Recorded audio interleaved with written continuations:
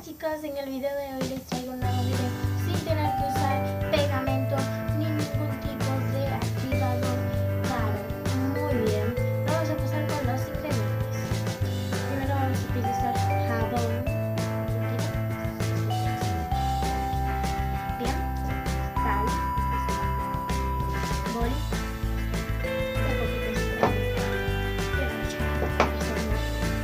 Muy bien, vamos a continuar.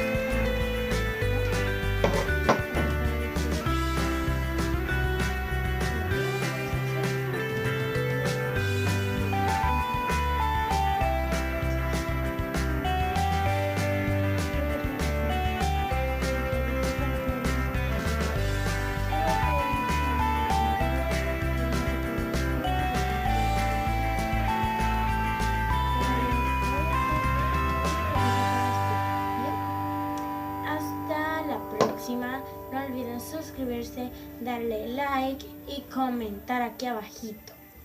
Y bueno, un besote enorme. Bye bye.